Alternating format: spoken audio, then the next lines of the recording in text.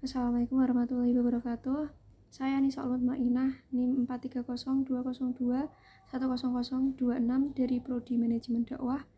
Saya akan mempresentasikan diskusi tentang tema pemanfaatan media online sebagai sarana komunikasi dakwah.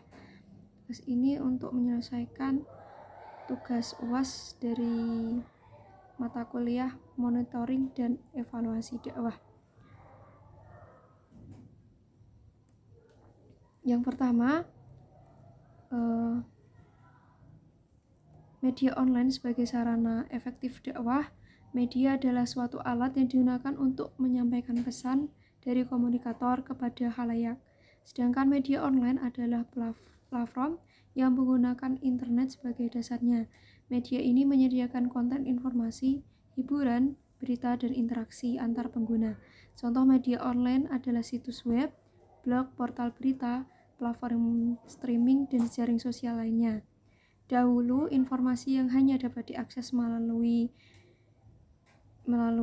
media tradisional seperti televisi, surat kabar, dan radio. Sekarang dengan adanya media online, informasi dapat diakses kapan dan di mana saja dengan bantuan perangkat elektronik yang terhubung dengan internet.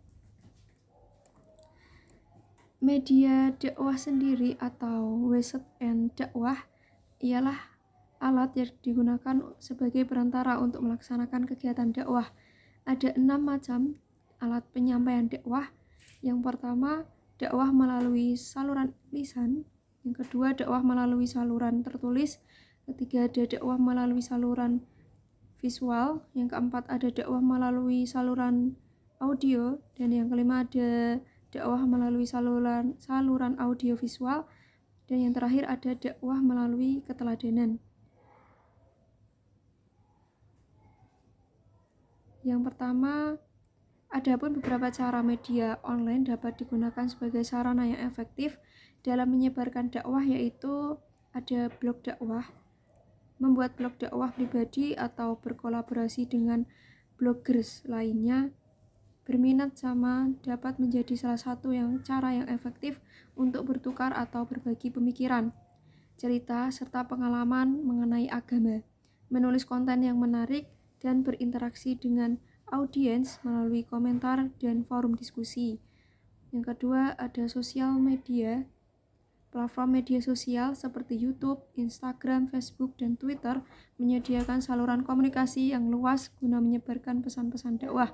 Untuk akun yang konsisten terhadap pesan-pesan dakwah yang disampaikan dan menggunakan multimedia seperti gambar, video, atau kutipan yang dapat menginspirasi banyak orang. Yang ketiga, ada website dakwah.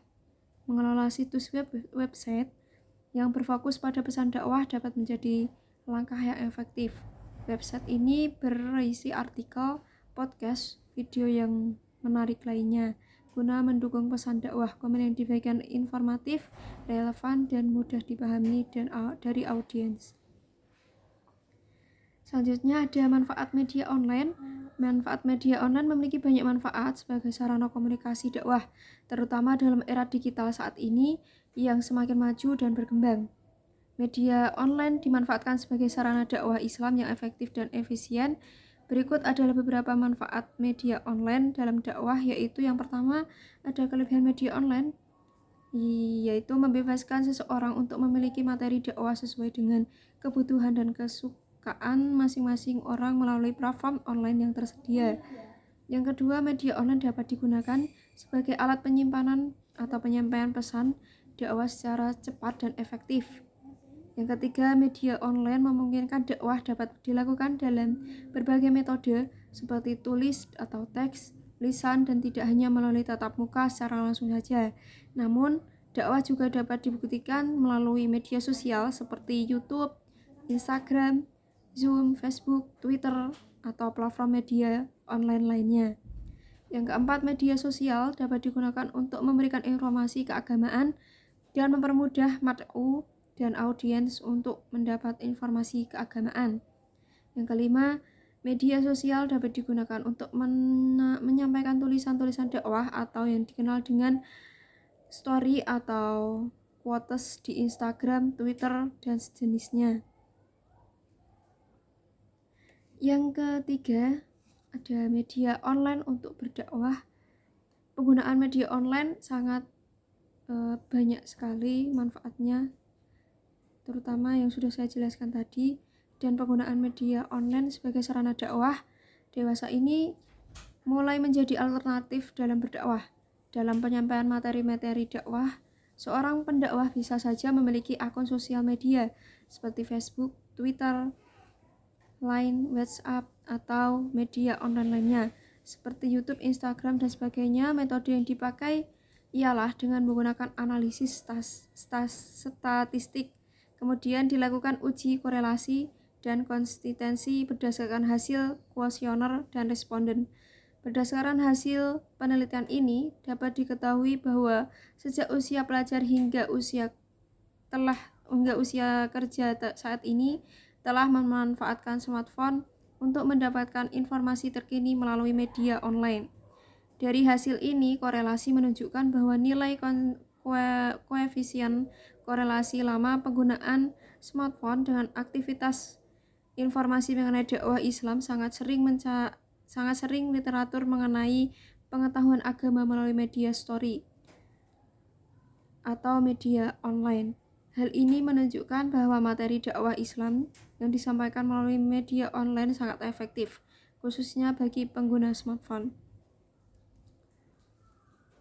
Dalam berdakwah dibutuhkan media atau website, dan dalam berdakwah juga dibutuhkan wasilah. Adapun yang dimaksud dengan wasilah dalam dakwah ialah alat yang digunakan untuk menyampaikan materi dakwah kepada mad'u melalui media yang ada dalam hal ini. Maka dai harus memilih media yang harus efektif untuk menyampaikan dakwah dan mencapai tujuan dakwah Islam. Dari beberapa definisi tersebut, maka dapat dikatakan bahwa penggunaan media online sebagai media dakwah Islam merupakan upaya untuk memanfaatkan perkembangan teknologi.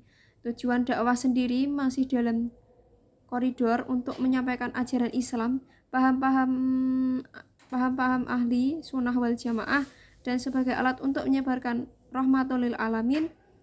Menurut Misbahul Khairi, penggunaan media sosial sebagai media dakwah Islam cukup efektif. Hal ini berdasarkan tingginya jumlah respon atau antusias pengunjung laman media sosial. Untuk saat ini, media sosial sangat bermanfaat sekali dalam penyebaran dakwah, khususnya untuk generasi muda saat ini. Terima kasih, mungkin cukup itu yang dapat saya sampaikan, kurang lebihnya mohon maaf. Wassalamualaikum warahmatullahi wabarakatuh.